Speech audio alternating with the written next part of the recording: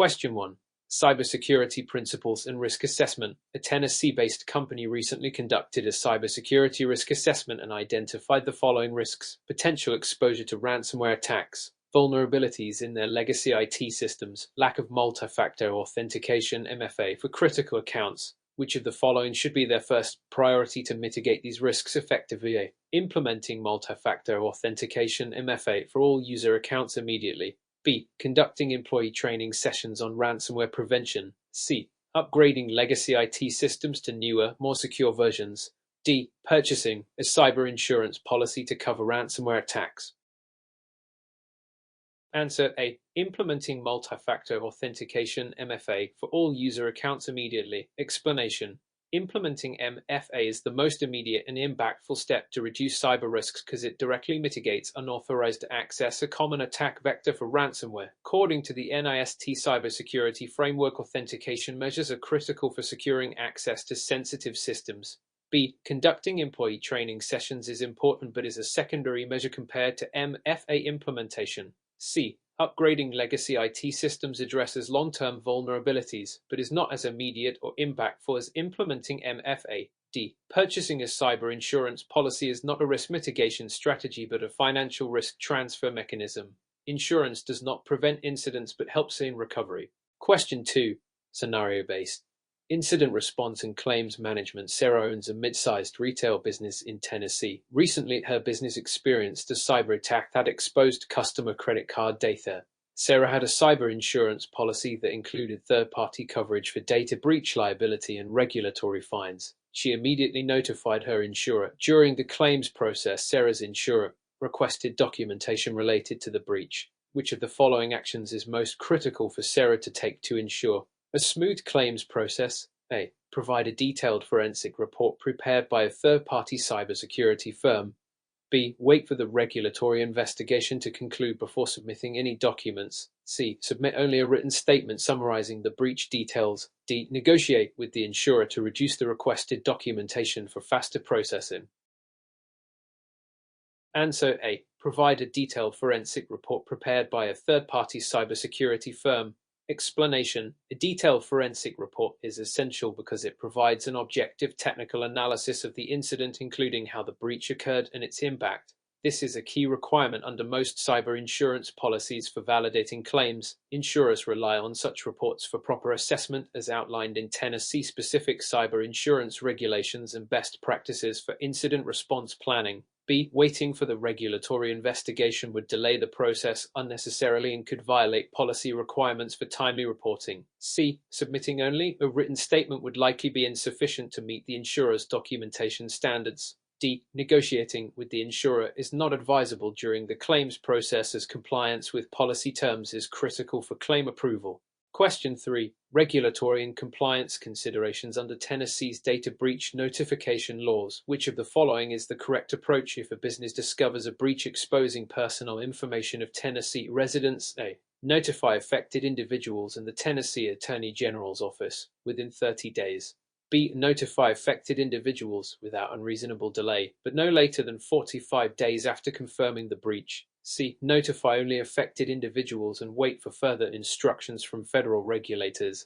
D. Notify law enforcement first and delay notifying affected individuals until the investigation is complete. Answer.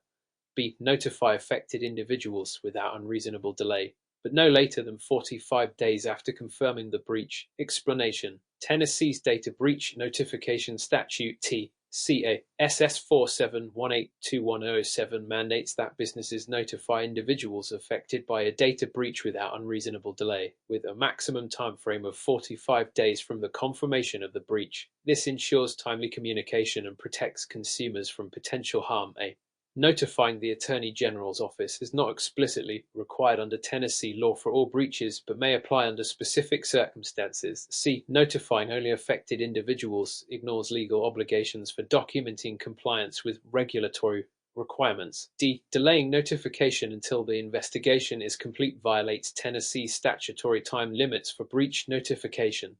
Question 4. Cyber insurance policy structure and coverage. Which of the following is most likely to be excluded from a standard cyber insurance policy? A. business interruption costs resulting from a ransomware attack. B. Costs associated with restoring data after a malware infection. C. Financial losses caused by an employee intentionally leaking sensitive data. D. Legal fees for third-party lawsuits due to a data breach. Answer: C. Financial losses caused by an employee intentionally leaking sensitive data.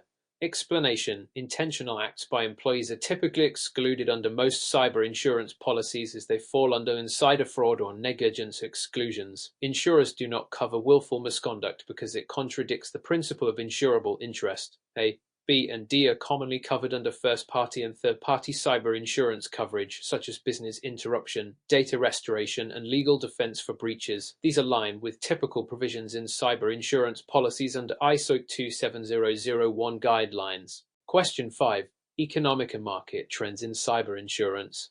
What is the primary reason for rising premiums in the cyber insurance market over the past few years? A. Increased competition among cyber insurance providers. B. Greater adoption of multi-factor authentication by businesses. C. Higher frequency and severity of ransomware attacks. D. Implementation of stricter underwriting standards.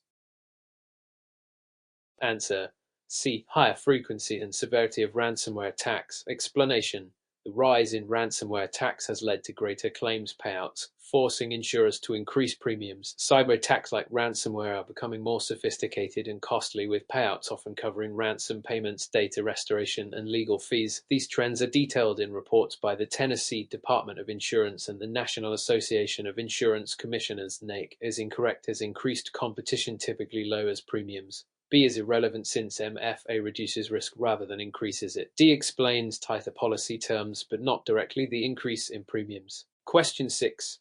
Risk mitigation and best practices.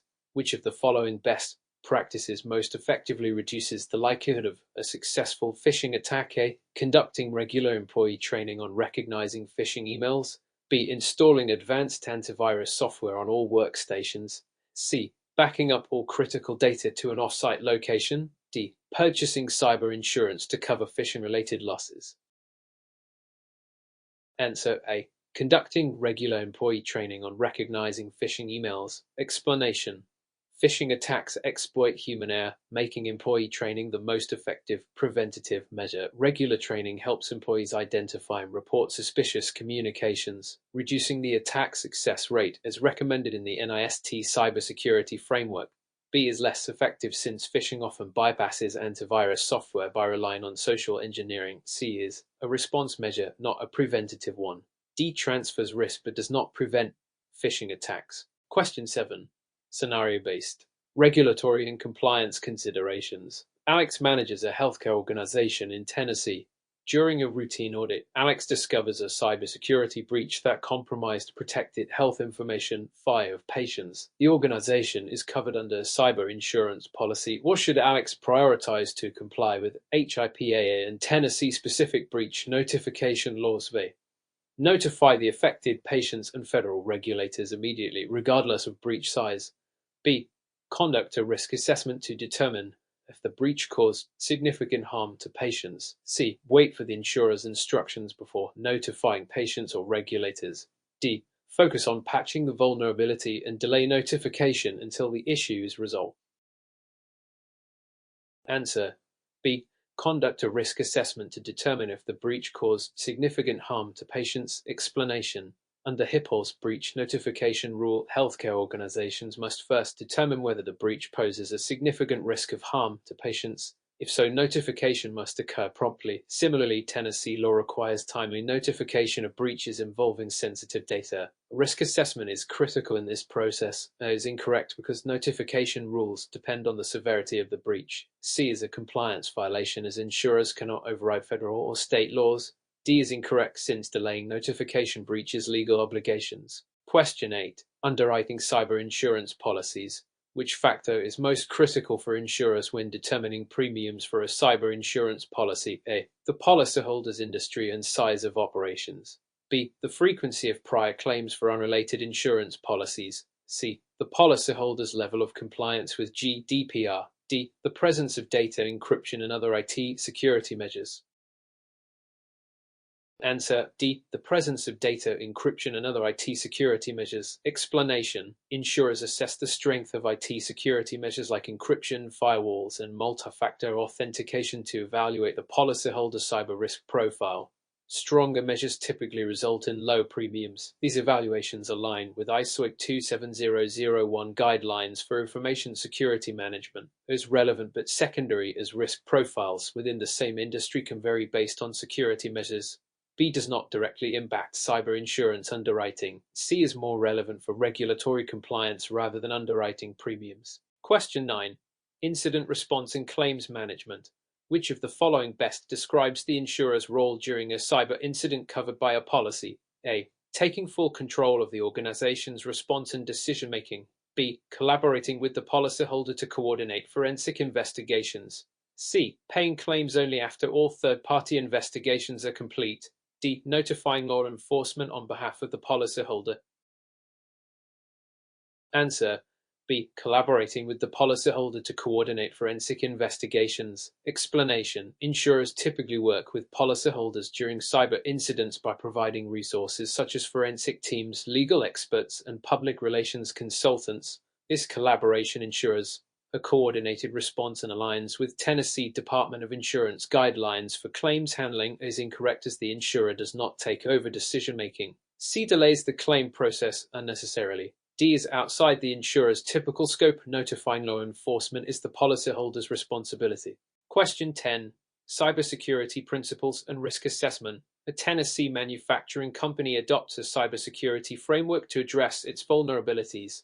Which framework provides the most comprehensive guidance for managing cyber risks? A. PCI DSS, Payment Card Industry Data Security Standard. B. NIST Cybersecurity Framework. C. CISA Cyber Resilience Review. D. ISO 27018 Cloud Data Protection. Answer. B. NIST Cybersecurity Framework. Explanation.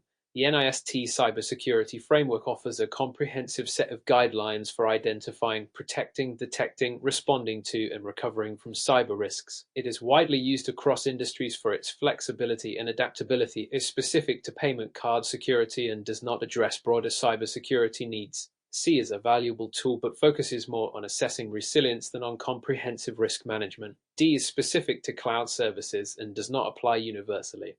Question 11. Cyber risk management strategies. Which of the following is the most effective, proactive measure to reduce the likelihood of a successful cyber attack? A. Relying on comprehensive cyber insurance coverage. B. Conducting annual cybersecurity audits. C. Implementing continuous monitoring of network activity. D. Establishing a dedicated incident response team. Answer. C. Implementing continuous monitoring of network activity. Explanation. Continuous monitoring enables early detection of suspicious activity and potential threats, allowing organizations to act swiftly. This aligns with best practices outlined in the NIST cybersecurity framework. A is reactive, not proactive. B is insufficient as annual audits may miss evolving threats. D is important for responding to incidents but does not reduce attack likelihood. Question 12. Phishing attack indicators. Which of the following is least likely to indicate a phishing attack? A. An email containing grammatical errors and urgent requests. B. An email requesting login credentials via a non-secure link. C. A login attempt flagged as suspicious by a security system. D. An unexpected email from a known contact with a generic subject line. Answer. C. A login attempt flagged as suspicious by a security system. Explanation. C is an indicator of unauthorized access rather than phishing.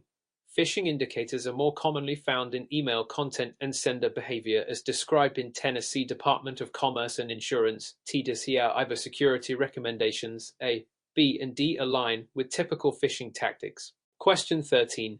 Third-party vendor management. When assessing cyber risks associated with third-party vendors, which practice is most critical for mitigating potential vulnerabilities? A. Ensuring vendors provide proof of cyber insurance. B. Reviewing the vendor's recent financial audits. C. Regularly conducting third-party risk assessments. D. Limiting vendor access to the organization's internal systems. Answer. C. Regularly conducting third-party risk assessments. Explanation. Risk assessments help organizations identify vulnerabilities in vendors' systems and processes. This ensures compliance with SOC 2 Type I standards for third-party risk management. It is helpful but secondary. B. Addresses financial health, not cybersecurity. D. Is effective but insufficient without a broader risk assessment. Question 14. Data breach notification timing. Under Tennessee breach notification laws, organizations must notify affected individuals and regulators within A.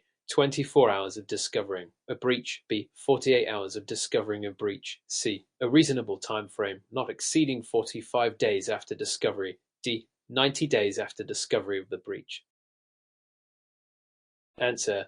C. A reasonable time frame, not exceeding 45 days after discovery. Explanation. Tennessee law requires notification within a reasonable time frame, capped at 45 days after discovering a breach. This ensures timely communication while allowing time for incident assessment and remediation. A, B, and D are inconsistent with state regulations. Question 15. Policy limits and sublimits. A cyber insurance policy includes a $1 million overall limit and a $250,000 sublimit for ransomware incidents. If a ransomware attack results in $400,000 in damages, how much will the policyholder recover? A. $1 million. B. $400,000. C. $250,000. D. $0 as ransomware is excluded. Answer. C. $250,000. Explanation. The sublimit restricts coverage for ransomware incidents to $250,000. Even though the overall policy limit is higher, sublimits are common for high-risk incidents like ransomware. Question 16. Multi-factor authentication (MFA). What is the primary benefit of implementing multi-factor authentication (MFA) for an organization? A. It reduces the need for complex passwords. B. It eliminates all risks of unauthorized access. C. It adds an additional layer of security by requiring multiple verification factors. D. It simplifies the user login process. Answer. C. It adds an additional layer of security by requiring multiple verification factors. Explanation. MFA enhances security by requiring 2 or more forms of verification, e.g. password and a one-time code. This approach mitigates risks from stolen credentials as per ISO 27001 standards, and D are not true benefits. B is incorrect as no system can entirely eliminate risks. Question 17. Cyber insurance coverage gaps. Which of the following scenarios is least likely to be covered by a standard cyber insurance policy? A. Data restoration after a malware attack. B. Regulatory fines for non-compliance with data protection laws. C. Legal fees for defending a lawsuit related to a data breach. D. Public relations efforts to restore brand reputation after a breach. Answer. B. Regulatory fines for non-compliance with data protection laws. Explanation. Regulatory fines are generally excluded from standard policies due to public policy considerations. Policies typically cover first-party and third-party losses like data restoration, legal fees, and PR efforts. Question 18. Cloud security risks. Which risk is most unique to organizations using cloud services compared to on-premises systems? A.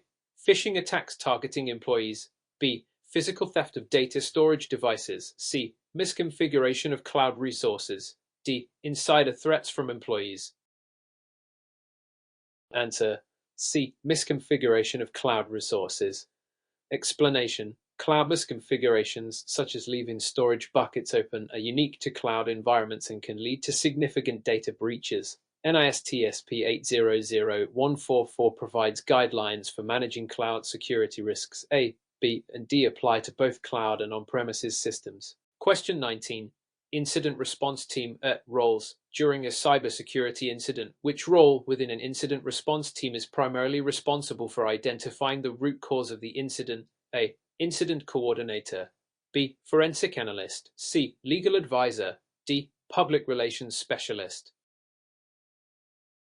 Answer. B. Forensic analyst. Explanation. The forensic analyst investigates technical details to identify how the incident occurred and suggests remediation steps. This aligns with best practices in the SANS Incident Response Framework. A, C, and D play supportive but not investigative roles. Question 20. Cyber insurance trends. Which of the following trends is currently shaping the cyber insurance market? A. Decreasing premiums due to reduced claims. B. Increasing emphasis on robust risk assessments before issuing policies. C. Standardizing policy coverage across all insurers. D. Elimination of coverage for ransomware incidents. Answer: B. Increasing emphasis on robust risk assessments before issuing policies. Explanation: Insurers are tightening underwriting standards and requiring more comprehensive risk assessments to mitigate rising claims costs. This trend aligns with industry reports on cyber insurance market dynamics. A, C, and D are incorrect as premiums are rising, policies remain diverse, and ransomware coverage is still available but often limited. Question 21. Social engineering tactics. Which of the following scenarios best illustrates social engineering? A hacker using a brute force attack to crack a password. B. A cybercriminal tricking an employee into sharing confidential information via a fake IT support call. C. An employee accidentally clicking on a malicious email link. D. A malware infection spreading through an organization's network. Answer: B. A cybercriminal tricking an employee into sharing confidential information via a fake IT support call. Explanation: Social engineering exploits human behavior rather than technical vulnerabilities. Pretending to be IT support is a classic example of this tactic. Question 22.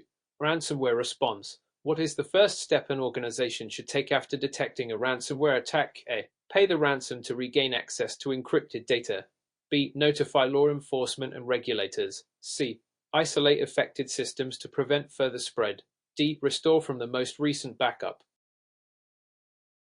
Answer: C. Isolate affected systems to prevent further spread. Explanation: Containment is critical to stopping the ransomware from spreading further. This is consistent with guidelines from the Cybersecurity and Infrastructure Security Agency (CISA).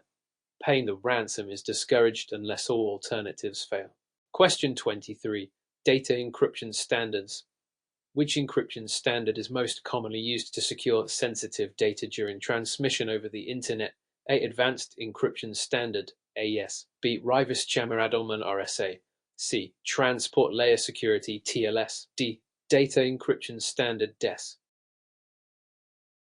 Answer: C. Transport Layer Security TLS. Explanation: TLS is widely used to secure data in transit, such as during web browsing, email communication, or file transfers. AES and RSA are often used for data at rest or as part of other encryption systems. Question 24.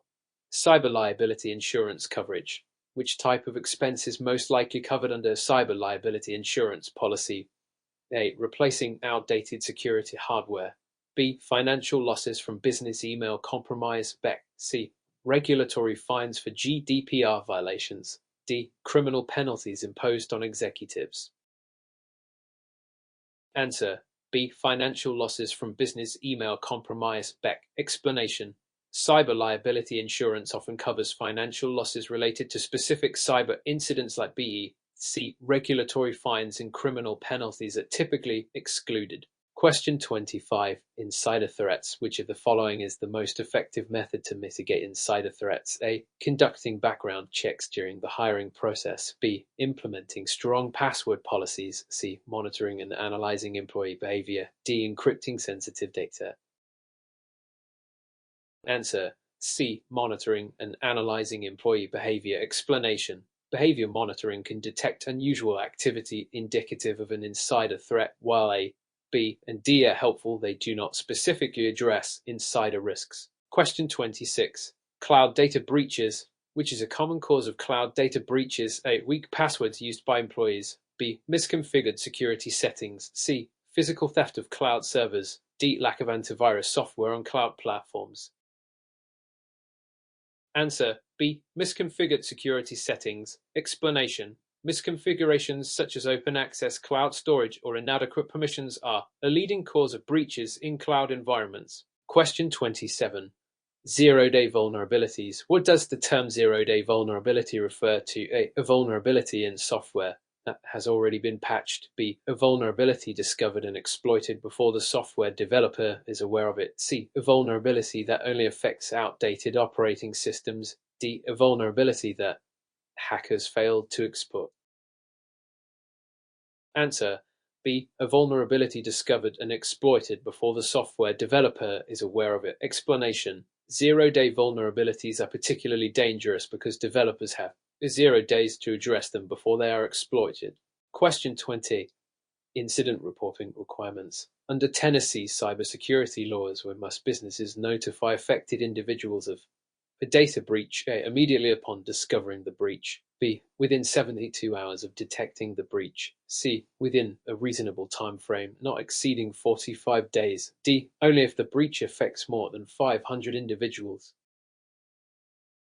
Answer: C. Within a reasonable time frame, not exceeding 45 days. Explanation: Tennessee law requires prompt notification, but not exceeding 45 days. This balance ensures timely communication while allowing for investigation and planning.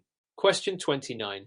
Email security protocols. Which email security protocol is designed to prevent domain spoofing in phishing attacks? A. SALS. B. Domain keys identified mail. D. KIM. C. Sender Policy Framework (SPF). D. Data Loss Prevention (DA).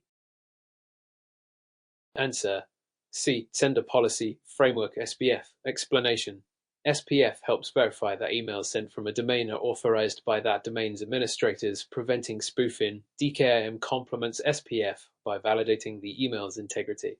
Question 30. Cybersecurity awareness training. What is the primary goal of cybersecurity awareness training for employees? A. To teach employees how to configure firewalls and antivirus software. B. To familiarize employees with the organization's security policies. C. To reduce human error by educating employees on recognizing and avoiding security threats. D. To ensure compliance with state and federal cybersecurity laws. Answer: C. To reduce human error by educating employees on recognizing and avoiding security threats. Explanation: Human error is a significant cause of security breaches. Awareness training focuses on empowering employees to identify and prevent threats like phishing and social engineering attacks.